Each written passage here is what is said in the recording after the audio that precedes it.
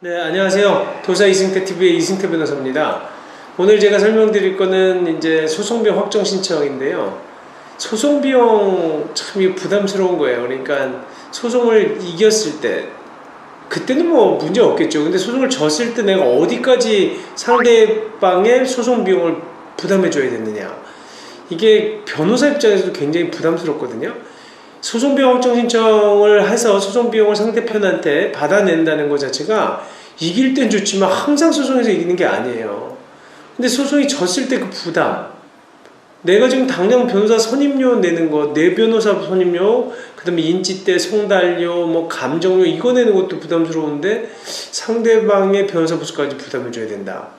이거는 정말 패소하는 쪽 입장에서 굉장히 큰 타격입니다. 그래서 어느 정도 소송 비용을 우리가 물어줘야 되는지를 한번 살펴볼 건데, 예전에는 이 변호사들이 한때 변호사 단체에서 변호사 보수를, 그러니까 대법원에서 지금 우리 인정해주는 소송비용 산입에 관한 규칙에서 변호사 보수를 인정해주는 비율이 너무 낮았어요. 그러니까 한마디로 실질적으로는 1,000만 원을 변호사를 뭐 주고 선임을 했는데 나중에 소송에 이겨도 받을 수 있는 변호사 보수가 너무 작았거든요. 그 금액이 적다 보니까 불만이 많았던 거야. 아, 이거 너무 적다, 변호사 보수가 실질적으로. 이거 좀 올려라 라고는 얘기가 나와서 결국은 이제 막 변호사 협회에서 오히려 그걸 올리려고 했었거든요. 근데 지금은 또 어떻게 됐냐면 소송 뭐 맨날 이기나 졌을 때 그게 부담스러운 거예요. 너무 비용이 커지니까.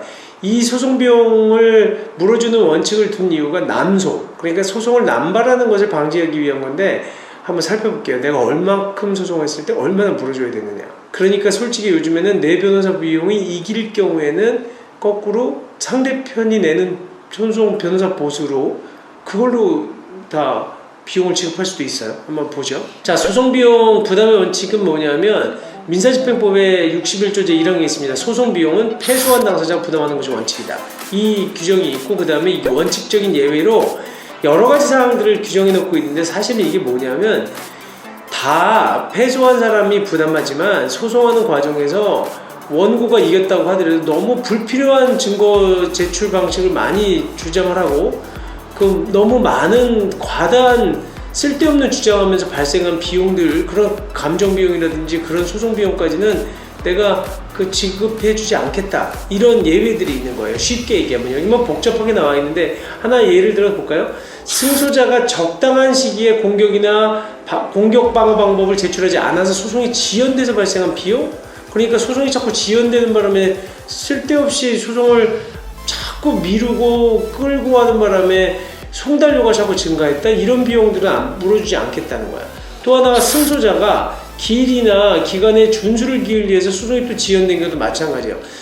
일부러 소송 비용을 늘리기 위해서, 만약에 송달료라든지 이런 부분 늘리기 위해서 너무 오래 끌었다라고 한 경우에는 지금 소송 비용 일부를 다 패소자가 부담받지 않도록 하겠다는 건데, 이거는 법령의 규정이 그럴 뿐이지 실질적으로 그걸 다 정확하게 구분해내기는 어려워요.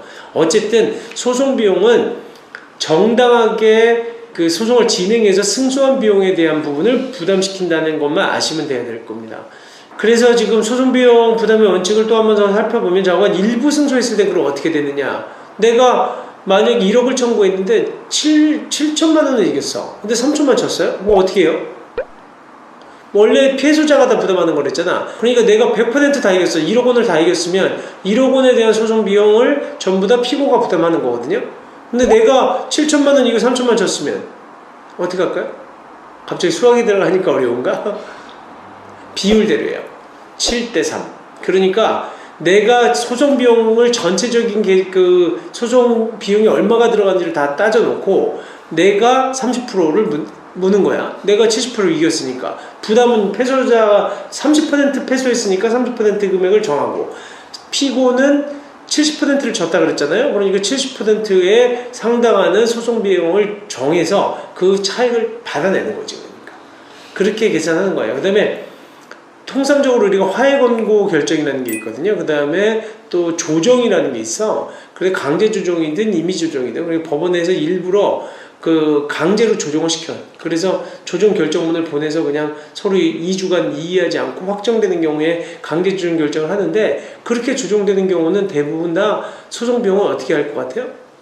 원고가 부담해라, 피고가 부담해라, 안 그러고 각자 부담해라 이렇게 나와요. 소송 비용 각자 부담하라는 얘기는 뭐냐면 공평한 건 아니에요. 어떻게 보면 나는 각자 부담이라고 하는 거는 쉽게 예전에는 소송 비용들 이렇게 예민하게 안 따질 때는 그냥 각자 부담이면 그냥 5대5인가라고 생각하고 그냥 별말 없이 넘어갔거든요. 근데 중요한 게 이겁니다. 각자 부담은 원고가 지금까지 낸 소송 비용은 원고가 부담하고, 그리고 변호사 보수도 부담하고, 피고가 낸 변호사 보수는 그냥 피고가 부담하는 거예요.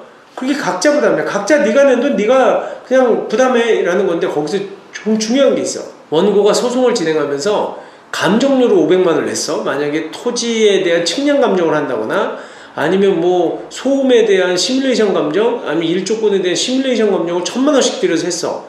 근데 나중에 화해를 하면서 소송비용 각자 부담 이렇게 해버리잖아요. 근데 옛날 일반적인 소송비용 화해를 할 때 원칙에 따라서 그럴 경우에는 내가 낸 시뮬레이션 비용은 다 내가 부담해야 돼. 내가 낸 토지 측량 감정 다 내가 부담해야 돼. 이럴 때는 각자 부담하면 안 되죠. 재판장한테 얘기해서 이 소송비용이 많이 들어갔으니 화해하는 김에 5대5로 해달라거나, 아니면 그 화해 공고 결정의 금액 승소 비율에 따라서 소송비용, 감정비용도 분할해달라고 꼭 반드시 얘기해야 돼요. 안 그러면 각자 부담으로 나옵니다. 그러면 이미 낸 비용은 다 부담하는 거야, 원고가. 또 인치대 성달료가 꽤 많이 나오거든요. 인치대 만약에 뭐 100만 원 내놨어. 근데 그거 각자 부담하면 내가 다 부담하는 거잖아. 그러니까 이런 부분에 대해서 변호사가 좀 더 그 섬세하게 신경을 써야 돼요. 각자 부담 이거 꼭 아셔야 됩니다. 그 다음에 그 주문이 예를 들어주는 거예요. 이게 어떻게 나오냐, 판결 주문이. 지금 이거 보세요. 이 사건은 1심에서 원고가 패소했었어, 상당 부분. 근데 그러다 보니까 원고가 상당 부분 패소했어. 90% 패소했으면 소송 비용이 거의 90%가 원고가 나왔을 거 아니에요. 항소심을 했는데 항소심에서 이겼어. 거꾸로 거의 대부분. 그랬더니 주문이 어떻게 나왔냐면, 주문이라는 게 법원이 판결 내려주는 판결문의 주된 내용을 얘기하는 거거든요. 1심 판결 중 아래에서 지급을 명한 부분에 해당하는 원고의 패소 부분을 취소한다. 그러니까 원고가 진 부분을 취소한 거예요. 그리고 피고는 원고한테 121만 5천 원을 언제부터 언제까지 이자 붙여서 지급하라 라고 판결을 내리고, 원고의 나머지 항소를 기각한다. 이 얘기는 무슨 얘기냐면 90% 부분에 대해서는 지금 금액이 크지 않은 사건이었던 것 같아요. 이거 보면. 그래서 90%에 해당하는 121만 5천 원에 대해서는 피고가 원고한테 지급하라라고 하면서 이 10%는 인정을 안 해줬어. 그렇기 때문에 원고의 나머지 항소, 그 10%에 대한 항소 부분은 기각한다라고 판결을 쓴 거거든요. 그 다음 마지막에 나온 게 소송의 총 비용은 피고가 부담한다. 원래는 9대1이니까 어떻게 보면 피고가 90%만 부담하면 되잖아요. 최종적으로 졌으니까, 항소심에서. 근데 지금 이 소송 비용의 90%는 그라고 얘기를 안 하고 그냥 소송 총 비용 피고가 부담한다고 한 거예요. 법원이 볼 때는 1심, 2심 다 따져보니까 이거 9대1로 나눌 필요 없어. 이거 다 그냥 피고가 부담하는 게 맞는 것 같아. 아까 얘기한 것처럼 소송을 누가 끌었느냐, 아니면 소송 지연을 지금 피고가 한 거냐, 정당하게 다투지 않은 거냐를 전부 다 고려해서 이렇게 내린 거예요. 그러니까 1심, 2심 소송 비용 피고가 다 부담했지. 금액은 적더라도. 이거 보험회사 사건이었기 때문에 사실은 이런 작은 사건들도 하는 거거든요. 자동차 손해배상 사건. 그렇기 때문에 이런 소송 비용 피고가 부담한다 그러면 피고가 다 부담하는 거예요. 1심, 2심 거. 변호사 보수 관련된 것까지 싹 다. 그러다 보니까 이 사람은 1심에서 이겼다가 항소심에 뒤집히면서 변호사 보수까지 다 물어줘야 되니까 부담이 크죠. 그 다음에 제1항의 금전지급 부분은 가집행할 수 있다. 이거는 판결이 확정되지 않아도 집행을 먼저, 임시로 먼저 할 수 있다는 얘기입니다. 그 다음에 소송비용이란 뭐냐, 그럼 어느 비용까지 소송비용으로 봐줄 거냐. 모든 비용을 그러면 소송비용으로 전부 다 우리가 포함시켜 줄 거냐. 근데 변호사 상담한 거, 그 다음에 뭐 내가 소송하면서 다닌 뭐 진짜 버스비부터 시작해서 다 부담해 줄 거냐, 아니면 뭐 그 어디까지 해줘야 될 거냐, 그 부분에 대한 거예요. 그런데 이게 보면 소송비용이라는 거는 소재기 이전에 소송 준비 행위를 위해서 소요된 비용, 소송 계속 중에 소요된 비용, 소송의 부수적인 절차에 소요된 비용을 다 포함해요. 그럼 굉장히 넓잖아. 소송 비용이. 그래서 소송 비용을 딱 그냥 얼마 이렇게 나오는 게 아니야. 소송 비용은 아까 판결에 보면 누가 피고가 부담한다라고 했죠. 그러면 어느 비용까지가 소송 비용인지를 확정하기 위한 소송 비용 확정 신청을 하는 거예요. 그래서 소송 비용 확정 신청이라는 것들을 또 신청을 해서 금액을 정하는 겁니다. 그래서 이 부분을 그냥 우리가 그냥 법원에서 1심 재판을 받으면 아니면 또 항소심 재판을 받을 때 소송 비용까지 금액까지 다 정해준다고 생각하면 안 돼요. 그래서 이제 우리가 그 다음에 얘기하는 게 소송 비용의 범위는 어디까지인지, 그리고 또 소송 비용을 어떻게 신청하는지, 그 부분에 대해서 더 다음 시간에 한번 살펴보도록 하겠습니다. 네, 감사합니다.